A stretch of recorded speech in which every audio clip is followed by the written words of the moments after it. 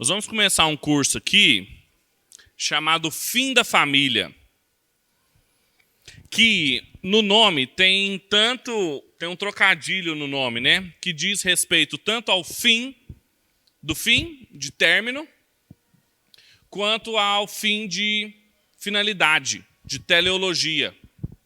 E nós vamos discutir os dois, tanto as condições em que nós chegamos de anúncio do término da família e de como que a família chegou ao seu fim, dadas as conjunturas em que nós vivemos. Nós vamos passar aí um vídeo aí, de alguns dias, um seminário, que precisa de estômago para assistir, mas nós vamos passar aqui, que é anunciado explicitamente isso assim, que a família tem que acabar, porque ela é uma estrutura de resistência aos valores que se querem promover.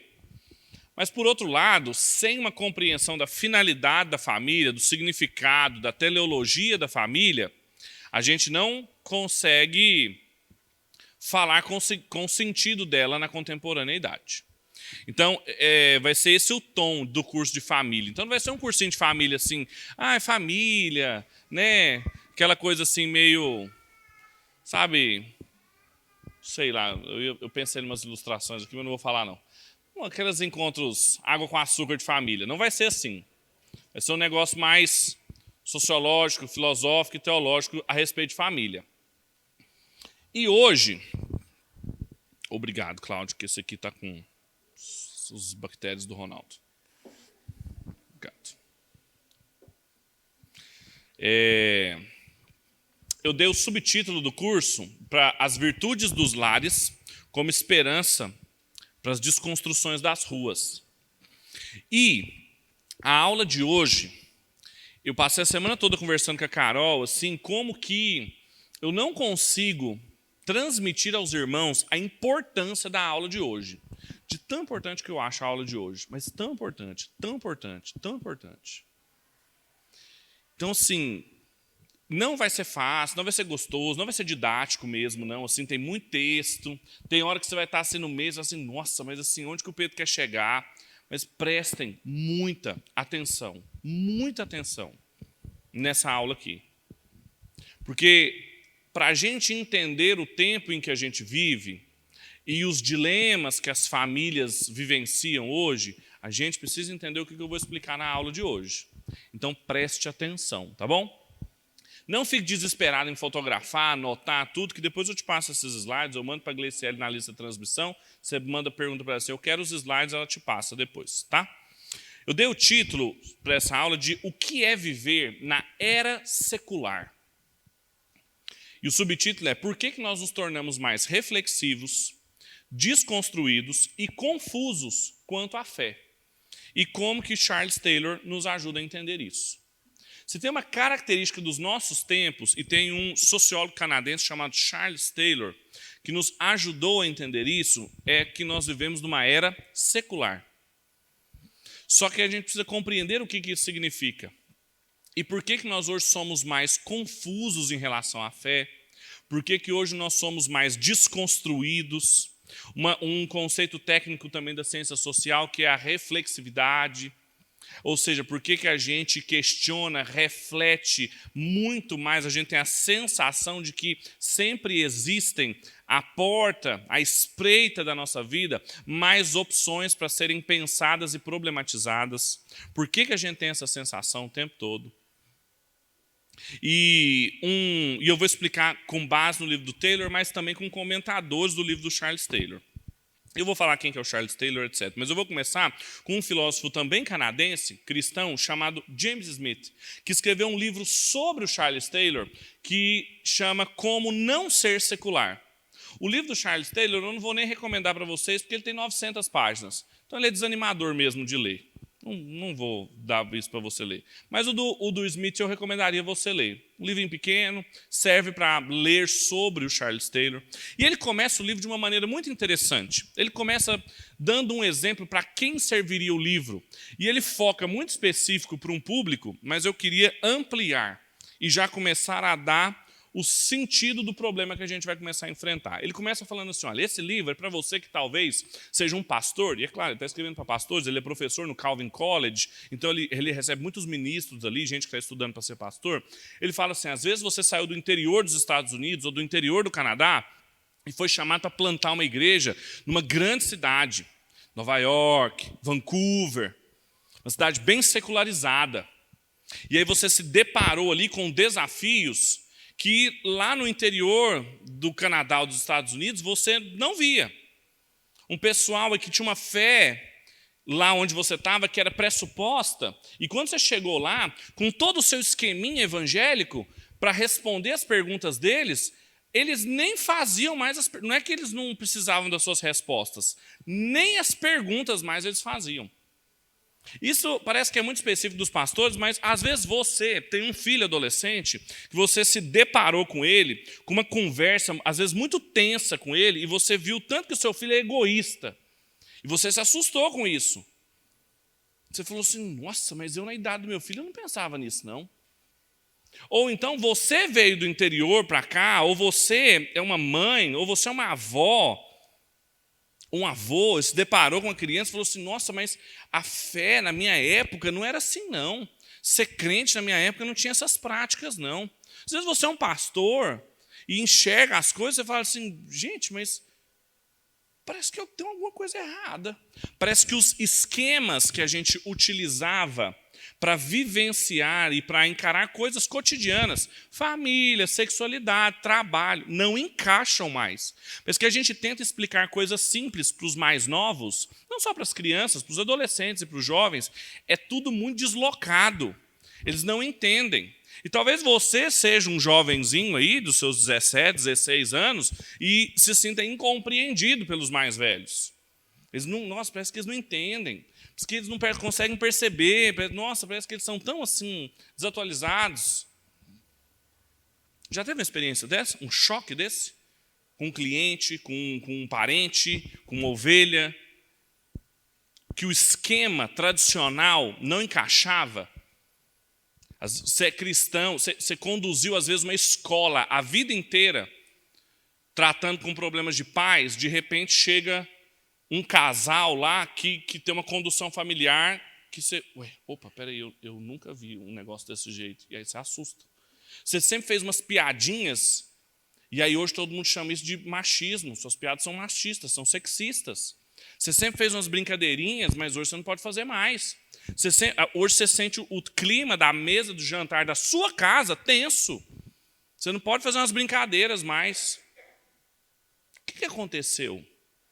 O Charles Taylor ajuda a gente a entender. E o James Smith começa falando o seguinte: é suficiente dizer que os paradigmas que você trouxe ao seu ministério, ou à sua casa, ao seu trabalho, aonde quer que você está, falharam em dar conta da sua experiência até então. Você pensou que estivesse se dirigindo a um mundo igual ao seu, só que sem Deus. Não, é a mesma coisa do meu mundo, só que é um mundo sem Deus, né? Sociedade secularizada é a mesma coisa como é que era há 10 anos atrás, só que sem Deus. Aí a gente tem que apresentar Jesus para eles. Mas, na verdade, você se deslocou para um mundo inteiramente diferente. Acontece que não é o areópago da experiência de São Paulo, em Atos, no capítulo 17. Lembra do apóstolo Paulo pregando lá na Grécia, em Atos 17? Onde as pessoas se devotavam a todo tipo de divindade e você acrescentava mais uma ao panteão deles ao falar sobre o único e verdadeiro Deus. Não. Aparentemente, muitos conseguiram construir um mundo de significado que não é de modo algum perturbado por questões acerca do divino, embora esse mundo ainda possa ser assombrado de várias formas por aqueles quase. Sabe quando você conversa com aquele adolescente, assim, você tenta mostrar para eles várias coisas, ele olha no fundo do seu olho e fala assim, eu não estou nem aí. Você fala assim, mas e Deus? E o amor ao próximo? E isso... Eu não estou nem aí. Não é que você vai acrescentar uma coisa assim. Ele construiu todo um esquema de vida que o transcendente, a divindade, não faz nenhuma falta. Não é como no Areópago, que o apóstolo Paulo olhou lá as divindades e falou assim, aqui, ó, tem aqui esse Deus que vocês não conhecem, eu vim falar dele. Eles simplesmente construíram toda uma estrutura imanente. Eles construíram a vida deles somente alicerçado na temporalidade. E mais do que só na temporalidade, na vida deles. Tudo que atrapalha a minha vida é um obstáculo para o meu florescimento, não me interessa. Aquele cliente, aquela pessoa com quem você está lidando, que parece que o mundo gira em torno do umbigo dela, só isso, ela não consegue ver um palmo diante da frente dela. É isso que nós estamos lidando. É um mundo totalmente diferente. Os seus vizinhos, os seus adolescentes, os seus filhos, os seus netos, os seus parentes, eles habitam no que o Charles Taylor chama de estrutura imanente. Imanência e transcendência. Então, imanência é isso aqui. Eles não são mais incomodados pela questão de Deus, enquanto tal, pois são devotos de um humanismo exclusivo. Eu vou explicar mais para frente o que é isso. Um modo de ser no mundo que oferece sentido sem transcendência. Na linguagem de Eclesiastes, eles vivem só debaixo do sol. Nada que está acima interessa para eles. Eles têm a sensação que lhes faltam algo. Assim, o que significa dar testemunho numa era secular? Como que se deve ser fiel? Em que medida os cristãos inconscientemente absorveram as tendências desse mundo? Porque todo mundo aqui é secular. Todo mundo aqui é secular. É isso que é assustador. Ninguém aqui está imune. Por um lado, isso levanta a questão de como alcançar humanistas exclusivos. Por outro, a questão retorna para a igreja. Em que medida cremos como humanistas exclusivos? A obra do Charles Taylor, quem é o Charles Taylor? O Charles Taylor é um sociólogo canadense, uma obra imensa. Os meninos são das ciências sociais aqui, o Fred, que é professor, sabe, você estuda o Charles Taylor na universidade. Se você faz sociologia, ciências sociais, você estuda o Charles Taylor como você estuda o Weber, o Marx, o Durkheim. Claro que é um autor contemporâneo, está vivo ainda, mas é um cânone, ele entrou na história.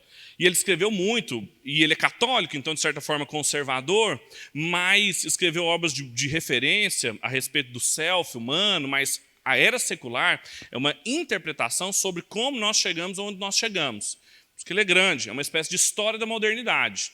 E que ele tem uma tese fundamental sobre o que é essa era secular, e eu vou explicar o que significa, as definições de secular. E ele vai mostrar que a gente chegou no que ele chama de humanismo, aqui na tradução está humanismo exclusivo, em algumas traduções é humanismo autossuficiente, que é o ser humano, ou o projeto humano, o projeto de vida humano, a vida, o florescimento do indivíduo enquanto o único projeto, exclusivo, autossuficiente. Não interessa Deus, não interessa a pátria, não interessa a família, não interessa nada além do próprio indivíduo. É um individualismo levado às últimas consequências. Nós já tivemos outros humanismos na história do pensamento. Por exemplo, uma frase humanista clássica, que inclusive ajuda a gente a entender o que é o humanismo, é, por exemplo, o homem é a medida de todas as coisas. É uma frase do Protágoras, um sofista. Nós estamos falando, então, da era antiga, antes de Cristo, inclusive. Mas ali não é um humanismo autossuficiente. O Protágoras acreditava em outras coisas, nos deuses do mundo olímpico, que o Ronaldo mencionou. Não era autossuficiente. O que tem de diferente aqui, na modernidade, é que nós não temos nenhum outro projeto do que não a nossa própria vida, a nossa autossatisfação, o nosso próprio ventre. Isso que faz com que a gente abra mão de qualquer coisa, incluindo Deus, do nosso horizonte. E que seja tão difícil a gente fazer coisas básicas como chamar a atenção para um adolescente, porque que ele não pode conduzir a vida dele baseado só no umbigo dele. Por que ele tem que trabalhar? Por que ele tem que casar? Por que ele tem que cultuar a Deus? Por que ele tem que amar o próximo? Veja trechos do Charles Taylor falando a respeito disso. Olha a cara dele, um senhor simpático, destruiu a nossa vida. Mentira, ele ajudou a gente a entender mais da nossa vida. Houve uma mudança titânica na nossa civilização ocidental. Passamos não apenas de uma condição no qual a maioria das pessoas vivia ingenuamente em uma interpretação em parte cristã e em parte relacionada a espíritos de origem pagã como uma realidade simples, para uma outra na qual quase ninguém é capaz disso. mas vê sua opção como uma entre outras. Todos aprendemos a navegar entre dois pontos de vista. Um engajado, no qual vivemos da melhor forma possível a realidade para a qual o nosso ponto de vista nos abre, e o outro desengajado, no qual vivemos, dos quais conseguimos ver a nós mesmos como ocupados, ocupando um ponto de vista entre uma gama de perspectivas possíveis, com o qual temos de coexistir entre várias maneiras. O que ele fala aqui? Nós saímos de uma era em que a fé, seja ela cristã ou não, ele fala aqui de religiões pagãs, espíritos pagãos, mas vamos falar do cristianismo, no mundo ocidental. Nós saímos de um tempo que a fé era ingênua. E ingênuo aqui não é no sentido bobo do termo, ingênuo é um conceito técnico aqui. Ingênuo no sentido de não reflexivo. A gente partiu de uma época em que a fé, a religião, ela não era refletida, ela era amplamente compartilhada e ninguém pensava que alguém duvidaria dela ou começaria a refletir e teria um outro ponto de partida. Isso era como era o Ocidente antes disso. Sempre foi assim, antes da modernidade. Nós saímos desse ambiente e passamos para um ambiente em que tudo, inclusive a fé, inclusive as crenças humanas, passaram a ser refletidas. Isso é o parâmetro da reflexividade. Tudo agora é refletido, o tempo todo, tudo é problematizado. Já viu? É por isso que contar piada hoje em dia é tão difícil. É por isso que tudo se tornou inflamado. É por isso que tudo é problematizado. De certa forma, refletir é muito importante. Veja que isso não é um discurso obscurantista da minha parte de dizer que é ruim o que aconteceu. Refletir é importante, mas eu me lembro do Chesterton falando que a gente abre a cabeça, ser mente aberta é semelhante a ter a boca aberta. Você abre uma mente da mesma forma que você abre uma boca, para colocar alguma coisa lá dentro, e depois você fecha. O problema de você abrir a mente e ficar com ela aberta o tempo todo, ou seja, ficar refletindo e refletindo e refletindo, o parâmetro da reflexividade constante, sem colocar nada no lugar, é que você mata a própria faculdade de refletir. Esse é o problema da reflexividade. E o Charles Taylor não defende isso. Ele contra-argumenta no final da obra, 600 páginas depois. Mas demora, né? Mas é bom antecipar isso, para vocês não ficarem sem esperança. Mas o ponto aqui então eu não estou dizendo que a gente tem que... então pode... Tá, o Pedro está falando que a gente pode fazer piada sexista, tal. Não é isso. A grande questão é que essa reflexividade inaudita, essa desconstrução pela desconstrução, sem levar a nada, ela engole, inclusive, a reflexividade, a capacidade de refletir. Essa é a contradição. E por isso que as conversas com um secularizado, seja um adolescente, seja um parente, seja com quem quer que sejam os exemplos que vocês se lembraram, ela leva a lugar nenhum. Ela termina no sentido, isso serve para mim, isso é minha opinião, você tem a sua, eu tenho a minha, ela leva a lugar nenhum. Por quê? Porque comeu a própria capacidade da pessoa pensar e caiu num subjetivismo barato. Agora, de fato, o que aconteceu, inegavelmente, saímos de uma fé ingênua e passamos a uma fé reflexiva. Vejam, isso não diz respeito só a um momento no tempo. O Charles Taylor fala sobre isso aqui. Eu não vou antecipar isso, não, vou continuar. Mas passamos também de uma condição na qual a fé representava a opção padrão, todo mundo tinha, era standard, não só para o ingênuo, mas também para aqueles que conheciam. Então você pega alguns filósofos, gente de ponta do desenvolvimento cultural, eles partiam do ponto da fé. O Descartes, por exemplo, não negava Deus. Os filósofos pré-socráticos, por exemplo, todos tinham ponto de partida de religião. Essa ideia de ateísmo, por exemplo, na filosofia, na ciência, isso é pós-iluminista. Isso não é no início da modernidade. Mesmo o humanismo, no seu nascimento, ele é um humanismo cristão. Erasmo de Roterdã, Hugo Grotius e por aí vai. Eles eram cristãos humanistas, mas eram cristãos. Era um modo padrão. Agora, mudou para aqueles que levavam em conta e conversavam sobre o ateísmo para uma condição na qual, para mais e mais pessoas, as interpretações descrentes parecem, à primeira vista, as únicas plausíveis. Ninguém consegue mais conceber que pessoas acreditam em Deus. Como vocês ainda creem em Deus, adoradores de mortos-vivos? É esse o padrão nos lugares de secularização avançada. Às vezes nós ainda não encontramos com isso. Por quê? Porque Goiânia não é um lugar de secularização avançada, pelo menos não em todos os lugares. Às vezes alguns redutos, universidades, alguma coisa assim, mas ainda somos muito provincianos nisso. E é o que o Charles Taylor fala. Isso não significa dizer que todos se encontram nessa condição. Não é uma condição temporal, ou seja, a partir de 1670 saímos da era ingênua e entramos na era reflexiva. Não é assim. Tem lugares até hoje, lá na Paiolândia, onde Ronaldo nasceu. Lá não é secular ainda, né, Ronaldo? Lá é um bastião de resistência à era secular. Lá é uma megalópole de resistência à era secular. Lá não vai secularizar nunca. Não é não, Ronaldo? Lá não vai secularizar. Não, em alguns lugares não seculariza. E vocês vão ver por quê. Eu vou explicar mais para frente. A nossa civilização moderna é composta por miríades de sociedades, subsociedades e meios sociais bem diferentes uns dos outros. Você deve perceber isso. Às vezes você vive essa tensão tão grande e às vezes o seu filho vive essa tensão tão grande, ele vem aqui na igreja, levanta a mãozinha, canta para o Senhor Jesus e lá na faculdade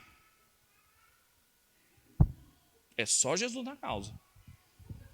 Lá no colégio é só o sangue de Jesus.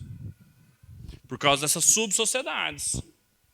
Porque lá a secularização, a reflexividade é alta, gira em alto e bom movimento. Aqui não. Estão percebendo isso? Essas diferenças? Estão acompanhando os movimentos? Até aqui está tudo claro? Estão bem comigo? Já estão deprimidos? Já? Já tem alguém mal? Já tem alguém mal com a secularização? Que bom, é para ficar ruim. Mas a pressuposição do ateísmo tornou-se dominante em um número cada vez maior desses meios sociais e alcançou hegemonia em determinados meios cruciais na vida acadêmica e intelectual. Por exemplo, de onde pode mais facilmente estender-se para outros. Agora, no meio acadêmico, universitário, mídias de massa, isso é dominante. É o ministro que vem a público dizer, olha, essas são questões de saúde pública, não são questões de fé religiosa. Pronto. Essa separação é secularização. É isso que está sendo falado aqui.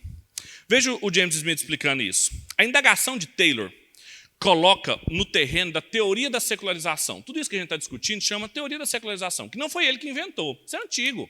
O trabalho do Marx, o trabalho do Freud, o trabalho de antigos, o Durkheim, antigos estudantes da sociologia, da sociedade, podem ser encarados como trabalhos de secularização. Mais recentes, Christian Smith, dentre outros. O luterano, como é que é o nome dele? Gente, tem um núcleo de sociólogo aqui. Peter Berger. O Peter Berger. Agora, uma tese que há tempo defendida, que levantava a hipótese de que a crença religiosa decresceria conforme a modernidade progredisse. Isso era fato. O Doiverd tem um textinho sobre a secularização da ciência. Então todo mundo fala da secularização, só que o Taylor faz uma crítica a isso. Esse prognóstico não se mostrou verdadeiro. Secularização, e entendam isso aqui também é importante, secularização não é sinônimo de crença religiosa decaindo. Nós não somos menos religiosos na era secular. Ao contrário, inclusive, todo mundo aqui é secularizado e todo mundo aqui é religioso. É isso que o raciocínio do Taylor é renovador. E por isso que ele ganhou tanta atenção contemporaneamente. Esse prognóstico não se mostrou verdadeiro, de modo que a maior parte dos debates sobre secularização tem se engalfinhado com dados empíricos relacionados a índices de crença religiosa. E à vista disso, Taylor não joga esse jogo, porque este, ao seu ver, está viciado e não percebe o que se passa. Esses debates ainda estão compenetrados nas crenças, ao passo que o Taylor propõe que a essência do secular é um princípio de credibilidade. Ou seja, não é o que se crê, não é o conteúdo da crença, é o que é credível, ou o que é crível, ou o que se pode crer. O Taylor está preocupado em dizer o que as pessoas, hoje em dia, por causa do arranjo social desenvolvido ao longo dos séculos, é possível se crer, dado essa reflexividade constante há muitos anos. Então, ele não está preocupado com o conteúdo da crença, mas aquilo que é crível e o que é incrível. Os teóricos da secularização e os seus oponentes estão mirando no alvo errado para o Charles Taylor, justamente porque se fixam nas expressões da crença em vez das condições da crença. E é claro, ele é um sociólogo, então ele está falando das condições sociais e históricas que emergiram disso. De semelhante modo, os secularistas, que exigem a descontaminação da esfera pública, como se fosse uma zona arreligiosa, tendem a não refletir sobre as questões epistêmicas que acompanham suas próprias crenças. Formam batalhas acerca do secular, se tornam geralmente confusas por causa da natureza equívoca dos termos. Então, uma das primeiras coisas, o livro do Taylor começa definindo os termos. Ele apresenta 3 definições do que é secular. E eu vou ler para vocês. A fim, então, de trazer... Eu vou pular isso aqui, porque isso aqui não é importante, não. Primeira definição de secular, a mais clássica, e que aqui todo mundo concorda. Tem que concordar. Se não concorda, você vai ficar sabendo hoje, você tem que concordar. Primeira, a definição mais clássica de secular, que é o secular enquanto distinto do sagrado e do plano do terreno, da vida cotidiana. Ou seja, sacerdotes inclinam-se ao sagrado, açougueiros e padeiros conduzem ao trabalho secular. Por que a gente concorda com isso? Por que isso é importante? Porque é importante para o Estado moderno, a distinção entre igreja e Estado. Isso é um tipo de secularização, a distinção entre esfera civil, esfera estatal e esfera eclesiástica, ou distinção de esferas, inclusive. O neocalvinismo bebe muito desse tipo de... Isso é encarado um tipo de secularização. Isso não é mal.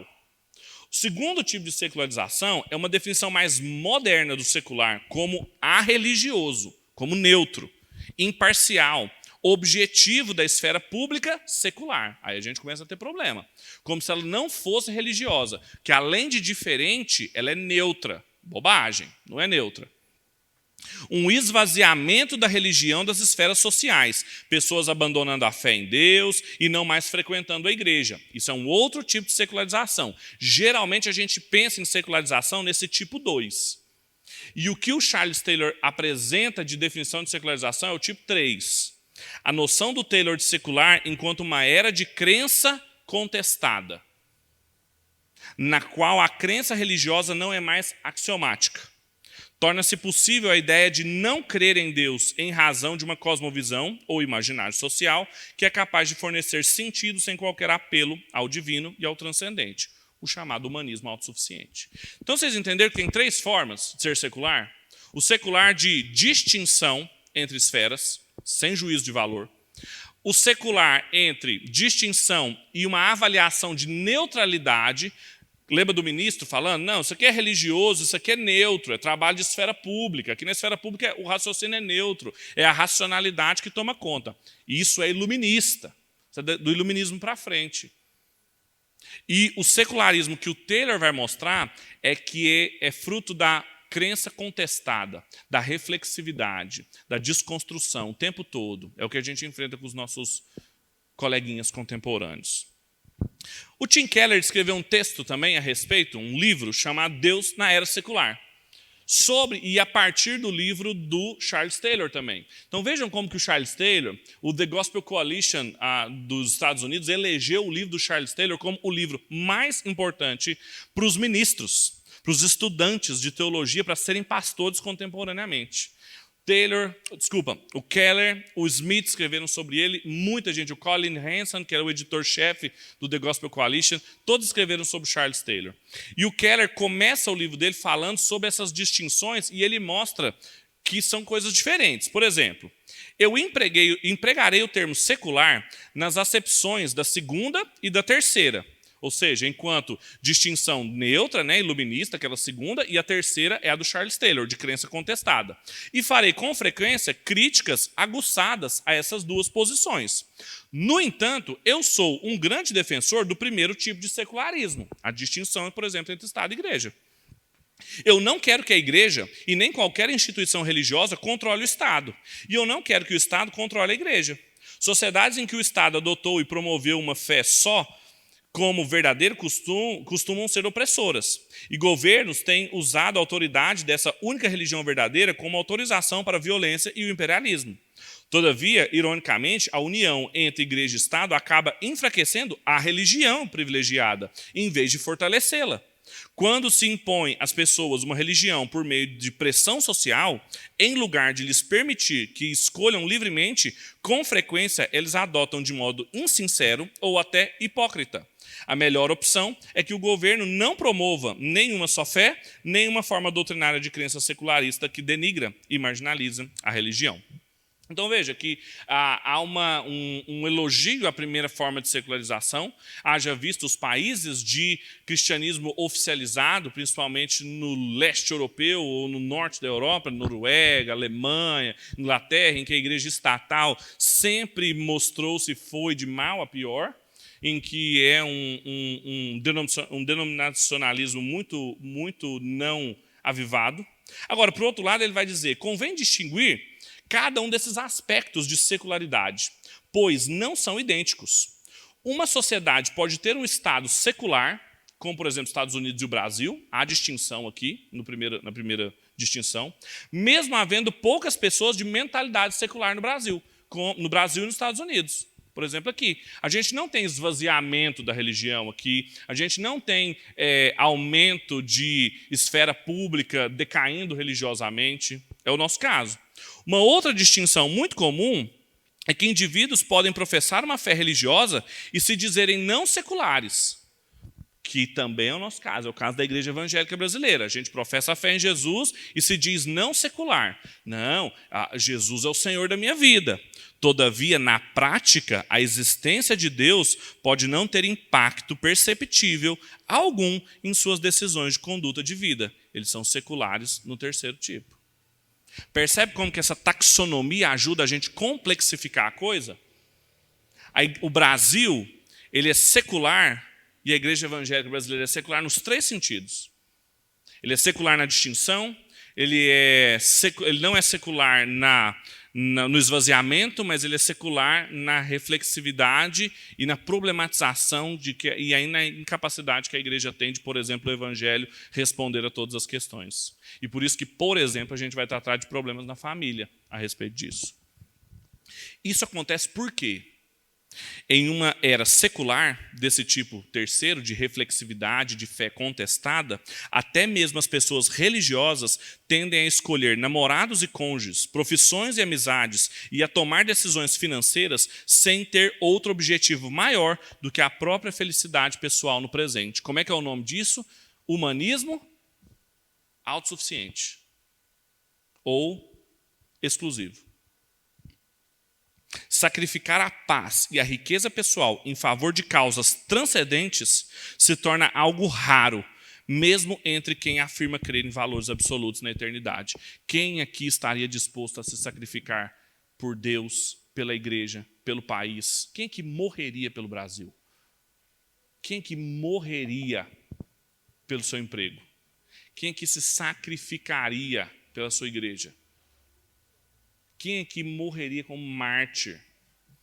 Talvez, e a gente vai ver em outras aulas, o Luc Ferry, um filósofo francês humanista, ele fala que a família é o único lugar que ainda alguém morre pela família. Ele cita alguns exemplos de crianças sequestradas numa escola lá na França e que os pais negociaram com a polícia para eles irem negociar com os sequestradores, porque não teriam problema de morrer para salvar os filhos. E vocês pensariam nisso para salvar seus filhos, não pensariam? Mas não pensariam duas vezes, né? Mas para morrer pelo Brasil, pelo presidente. Vai, gente. Minha pátria, minha vida. Não? Tá vendo? Humanismo autossuficiente. Minha vida. É porque também é minha família. O Smith falando a respeito disso, eu não vou me demorar muito, não. Essa nossa era é uma era secular de terceiro tipo, de crença contestada. É o tempo que a gente vive.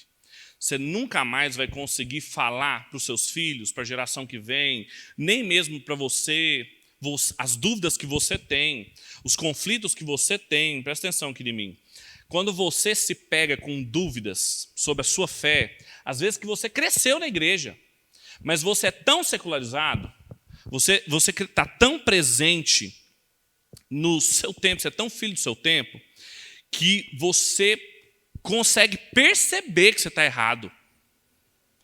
Você luta com aquilo, mas você não consegue deixar de ficar contestando, refletindo, com aquela sensação de que tem à espreita de você uma outra possibilidade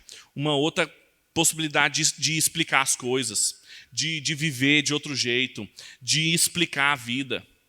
Chama secularização. É porque nós somos secularizados.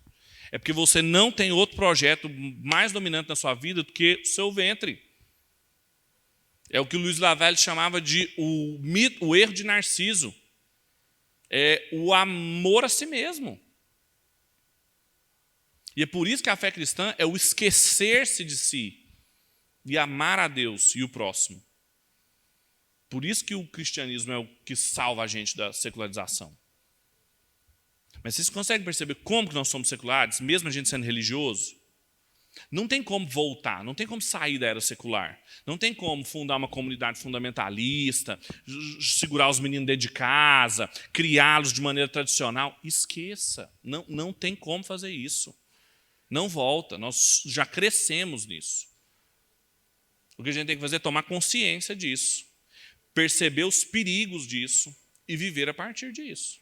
O Os Guinness, num livro sobre dúvida, esqueci o nome do livro, mas é um livro muito bom, ele compara, olha como que isso é muito mais vívido para nós hoje, que é como se a gente fosse morar numa região que tem uma pandemia, em que a gente sabe que a gente está indo para um lugar que tem uma pandemia muito séria, mas a gente vai para lá. Não tem como a gente não ir, porque a gente foi transferido para o nosso trabalho, a gente tem um senso de vocação para lá, a gente vai para lá. E a gente vai viver no meio de uma pandemia. É isso. A gente vive numa pandemia de reflexividade. A gente vive numa pandemia de contestação, de desconstrução. Não tem como ser assim. Está no ar, está no ar. Está mutando, está adaptando, tem cepas novas, tem novas adaptações, tem coisas que são agravantes e atenuantes. Não tem o que fazer. Não tem o que fazer.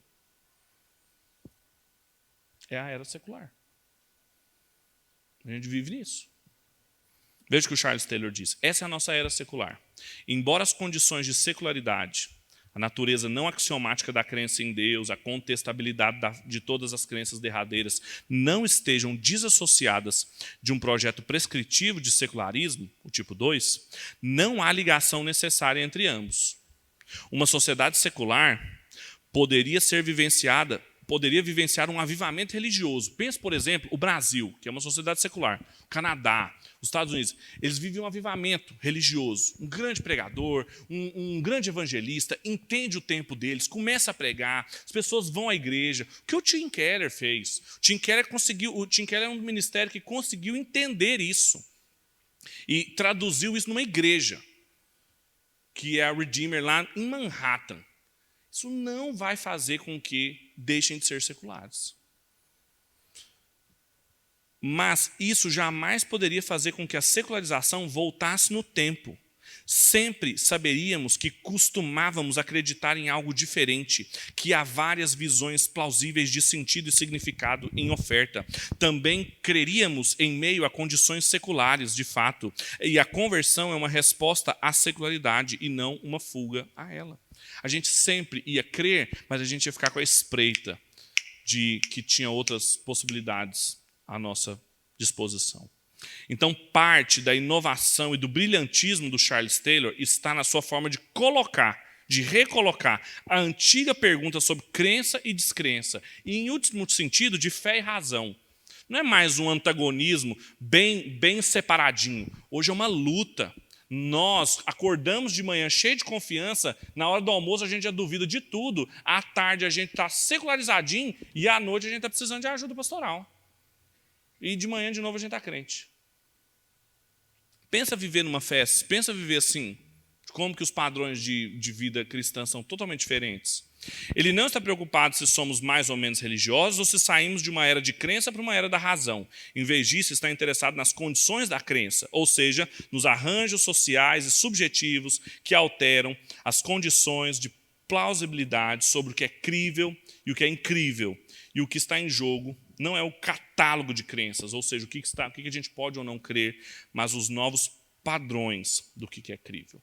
Eu vou parar por aqui. Tem mais coisas, mas eu volto depois.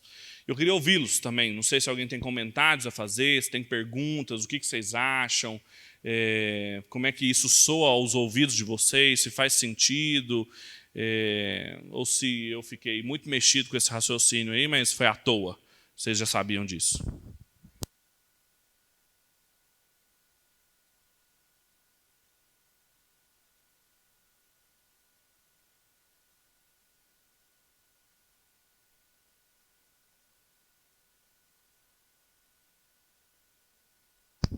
Ronaldo perguntou que pontos da fé cristã eu acredito que precisam ser realçados num contexto assim.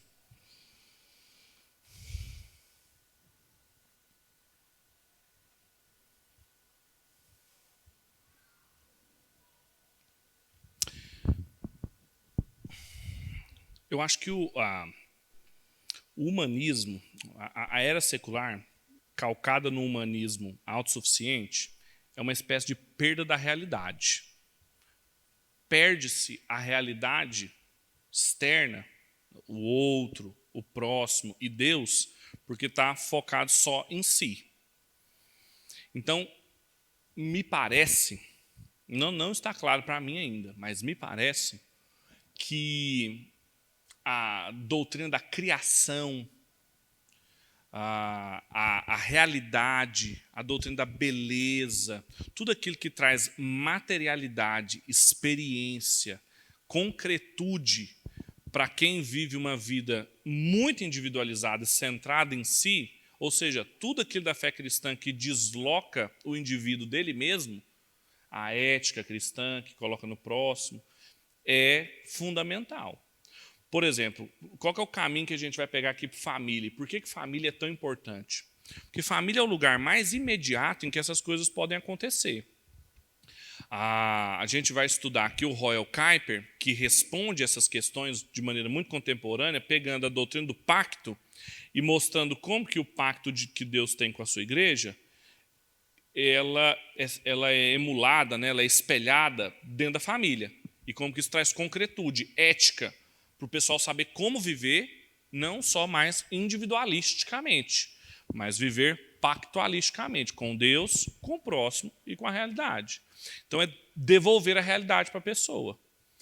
Então, o dito do Schaeffer lá sobre que o cristianismo não começa com aceite o Senhor Jesus e será salvo, que solta, que não seja verdadeira, mas que solta parece uma mensagem muito individualista, mas que o cristianismo começa com, no princípio, criou o Senhor os céus e a terra, toda a realidade, e que ela faz sentido, e que ela, então, é alguma coisa que a gente abre a mente, coloca lá dentro e fecha, e tem repouso cognitivo, me parece que é o que tem condição de salvar a realidade. Por quê? O Charles Taylor vai chamar a atenção, daqui para frente a gente vai ver, que não é que as pessoas, por exemplo, deixaram de ler os cristãos. Ele vai falar que as pessoas hoje leem, e ele gosta muito de citar a literatura, né? Então quem gosta, e o James Smith também, então quem gosta de literatura, vê como ele cita a literatura. Ele fala, olha, as pessoas leem muito Tolkien hoje. Tem muita redescoberta do C.S. Lewis e do Tolkien, mesmo entre os secularizados. Inclusive no Brasil também, assim. E o que isso significa? Um chamado à beleza. Há uma falta da religião como falta da beleza. Isso diz respeito à criação. Algo também que tem me chamado muita atenção, mas eu não investiguei ainda, essas questões são muito novas, assim, por isso que eu estava tão empolgado de dar essa aula, porque isso tem me chamado muita atenção. É algo muito da ordem do dia. Assim. O Jordan Peterson, que é o psiquiatra lá, psicólogo famoso, eu acho que ele é canadense, não sei se ele é canadense ou americano, canadense, né? Tem um livro dele que chama O Messias Selvagem, como Jordan Peterson está salvando o Ocidente. Por que o Jordan Peterson está salvando o Ocidente? O que tem no livro do Jordan Peterson? Quando você lê o livro do Jordan Peterson, ele fala o óbvio. Ele fala que homem tem que ser homem, que mulher tem que ser mulher, que pais têm que criar filhos como filhos, não como amigos, não como colegas, não como chefes. Assim, é o básico. É o básico. Ele tem trabalho técnico, né? Ele tem o mapa de significado, que é um livro grandão, mas quando ele escreve, parece que é até autoajuda. Mas assim, é porque é básico. Então o que ele está devolvendo para as pessoas? A realidade. A realidade. Então parece que tem um gnosticismo por trás desse individualismo autossuficiente. E a doutrina da criação devolve isso para as pessoas. Me parece. Eu ainda não estou totalmente seguro disso, não. Porque ainda é uma investigação. Fred.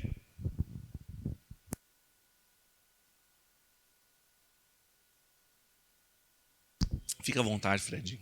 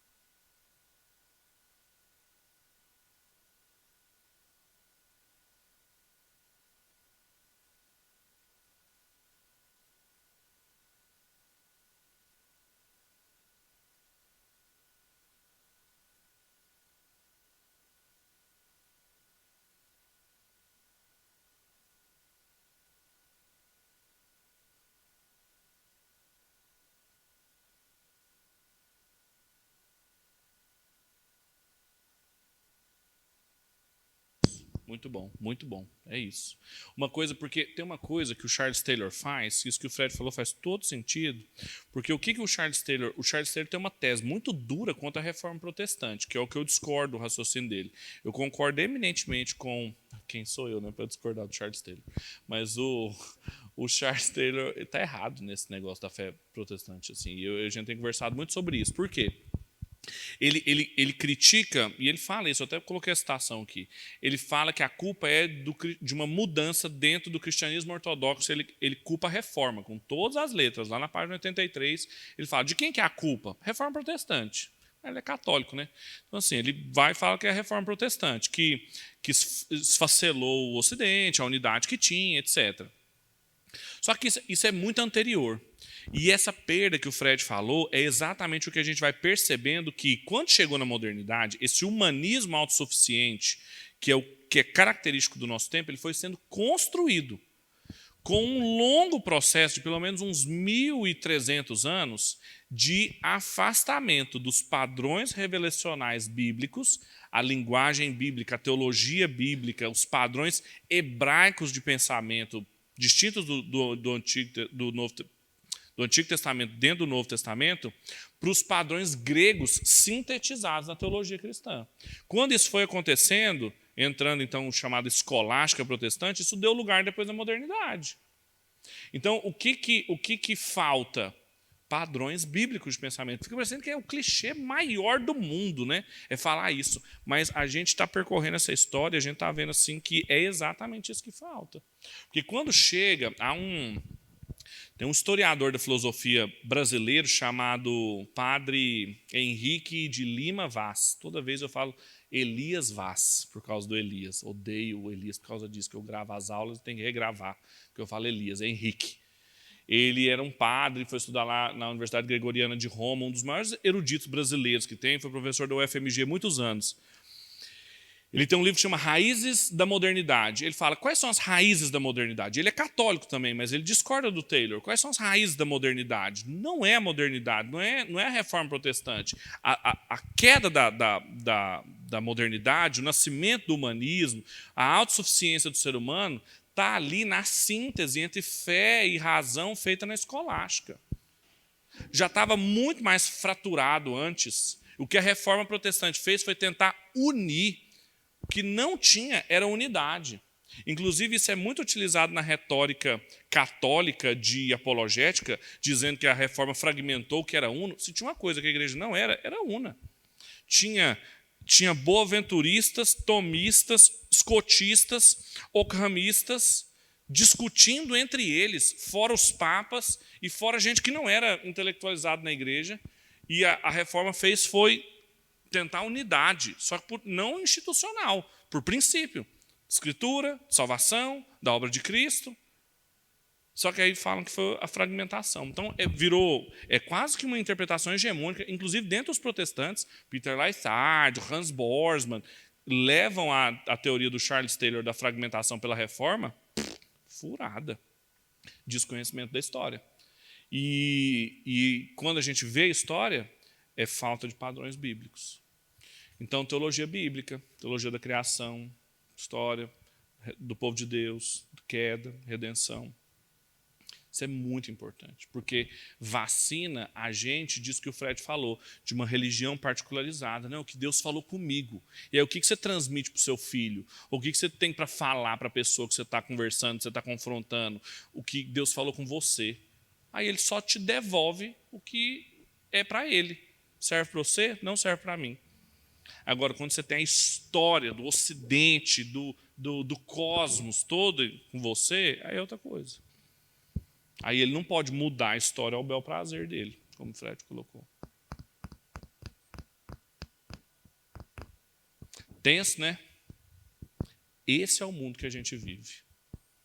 Isso que a gente precisa de um cristianismo contemporâneo. É isso que significa um cristianismo contemporâneo.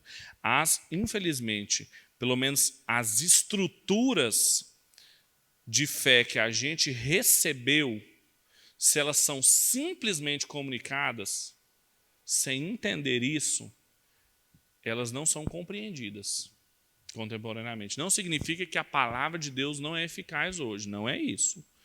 Mas se ela não é apresentada numa estrutura de compreensibilidade dessa reflexividade que as pessoas têm, de contestação constante, a gente não entende por que a gente fala e o nosso filho fica rebatendo o tempo todo. Não é porque ele é sem educação, é porque ele cresceu desconstruído.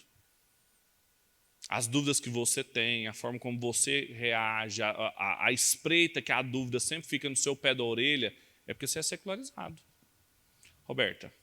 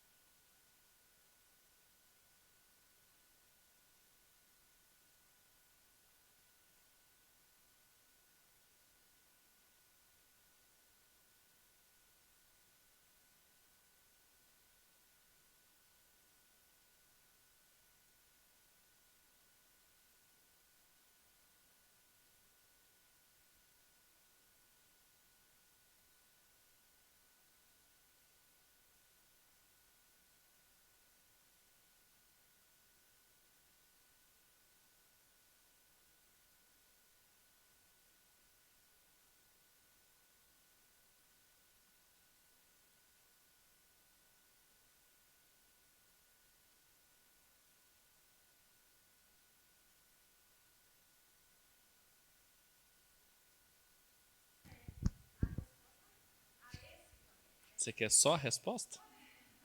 Entendi. É só 600 anos de desafio. Mas esse aí é o terceiro tipo de secularização. Por que não deixa de crer, mas não aceita lei, ordem criacional e tal? Porque afeta o meu projeto de vida. Tudo aquilo que interfere no modo como eu quero ser, está fora. Então, vocês conhecem crente assim, que não, eu creio em Deus, Deus maravilhoso, tal, não sei o quê. Então, vamos mudar de vida? Não. Isso aqui, eu acho que isso aqui não serve para mim. Isso aqui não é para mim. Isso aqui não precisa. Deus não precisa disso aqui de mim. Eu não preciso. Vocês ficam na igreja, vocês ficam aí na igreja, indo na igreja todo domingo. Então, eu não preciso ir na igreja. Não vou na igreja, sou abençoado. Sou muito mais abençoado que quem não vai na igreja. Vocês nunca ouviram isso, gente? Escuto isso toda semana. Toda semana. Isso é secularização. Tinha alguém que tinha levantado a mão aqui.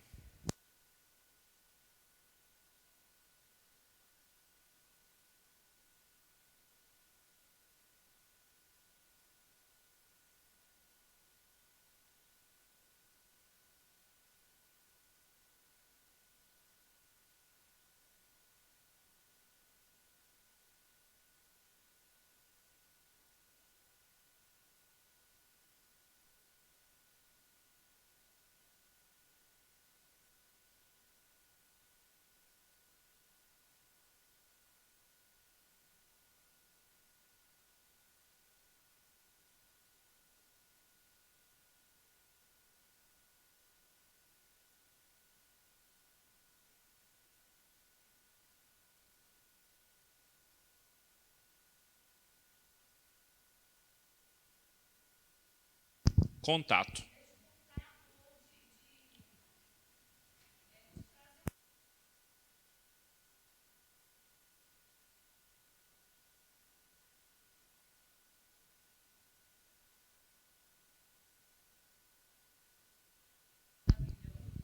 Boa. Você já antecipou minha resposta.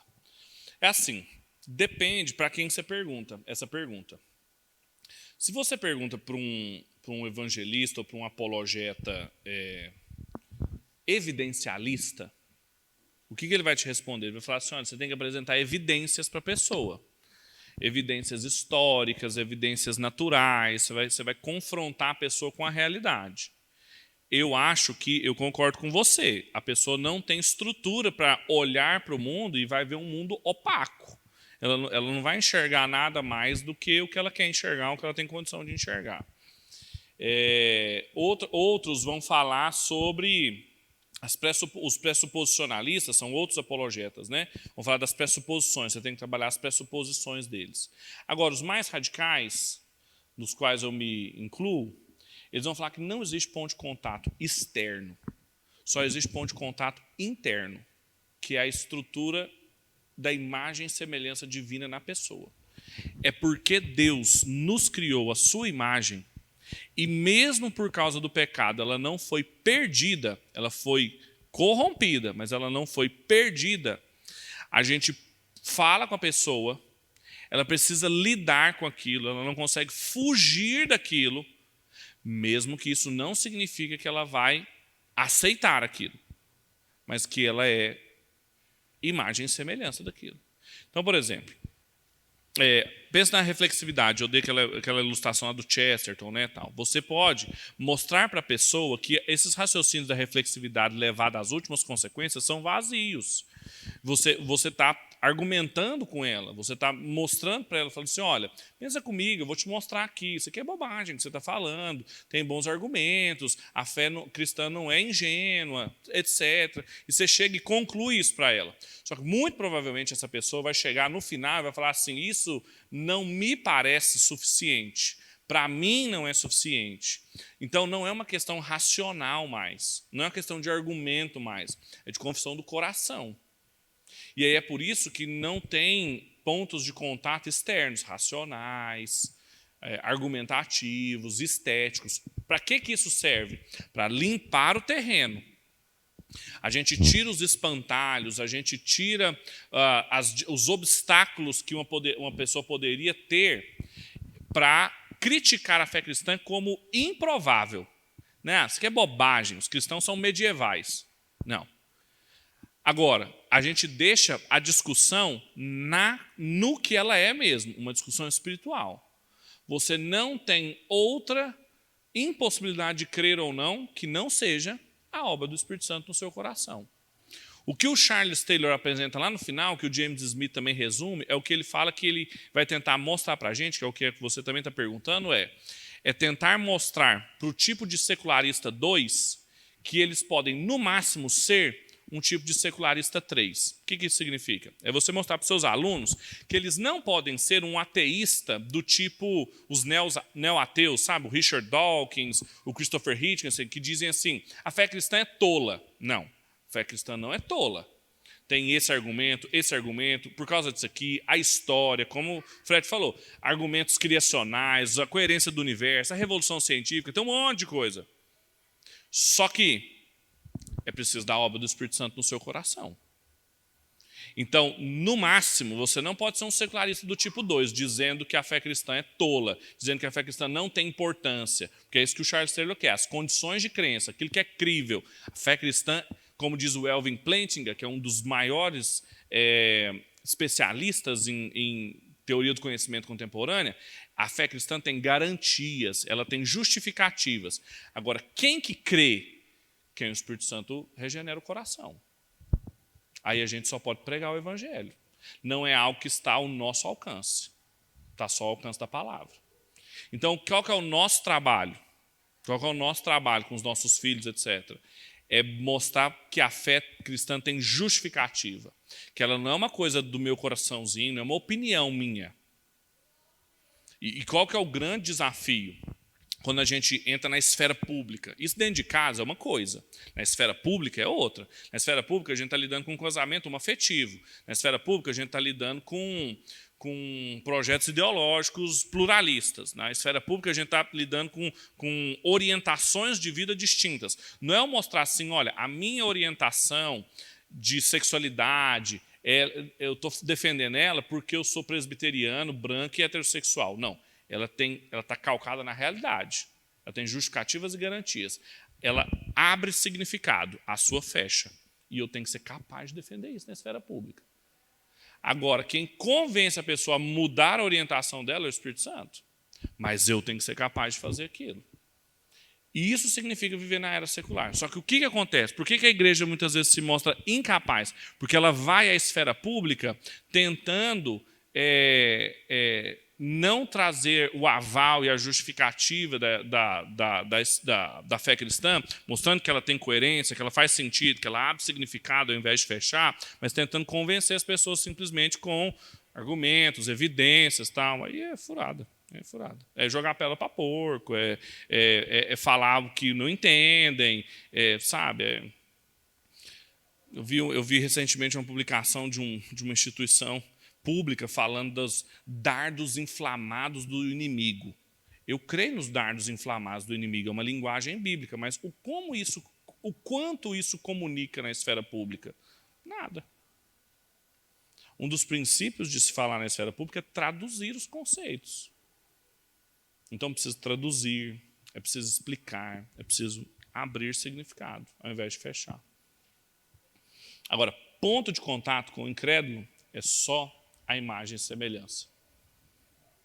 Não tem pontos externos. Não tem nada que convença ninguém, só o Espírito Santo de Deus. Agora, tem os meios que ele instituiu, né? Pregação da palavra. Isso que a gente prega. Vocês agora estão assim mais tristes e desolados? Tem que estar. Porque é para sair mal, que para domingo que vem a gente começar a construir alguma coisa, né, irmão Carlos? Dar umas esperanças. Isso é muito importante, meus irmãos. Muito, muito, muito, muito importante. Porque não pensem só, tem duas coisas aqui. Não pensem só nos nossos filhos, nas pessoas que estão ao nosso redor, nos que nos ouvem. Pense em você. Não faça aquela coisa que a gente sempre falava, né, do sermão que a gente... Nossa, se o irmão tivesse aqui, ele ia ouvir o sermão, ia ser bom para ele. Pense em você. Pense em quanto da sua fé é reflexiva. O tanto que você fica desconstruindo as coisas que você precisava acolher e obedecer do Senhor, da palavra de Deus. Pense o tanto que você é secular. E pensa o desafio que você tem de, então, comunicar isso para as pessoas que não seja o seu umbigo ponto de partida. É da palavra do Senhor. Vamos orar? Diga, Fred. Obrigado.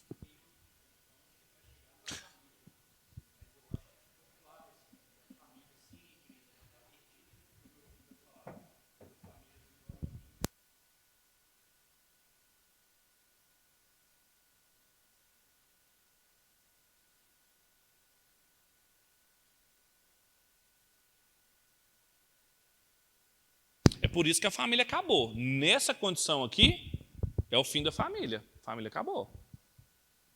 Aí como é que a família não acaba? Aí nós vamos falar semana que vem, se Deus permitir. Vamos orar?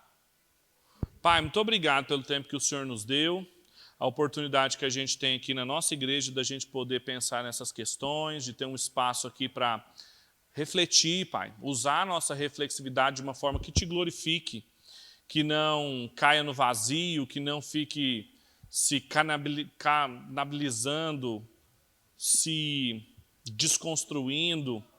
Tem misericórdia de nós, Pai. Ajuda-nos a refletir de uma maneira que te glorifique, que responda com obediência o seu chamado. Ajuda cada um aqui, Deus, a entender os desafios que tem dentro de casa, fora de casa, mas acima de tudo consigo mesmos, enquanto discípulos teus que querem ser fiéis ao Senhor. Ajuda a gente a testemunhar e, acima de tudo, a não sermos seculares. Obrigado. Leva-nos em paz, dá-nos um bom domingo e traz-nos também para te cultuar mais tarde. A nossa oração é em nome de Cristo Jesus. Amém e amém.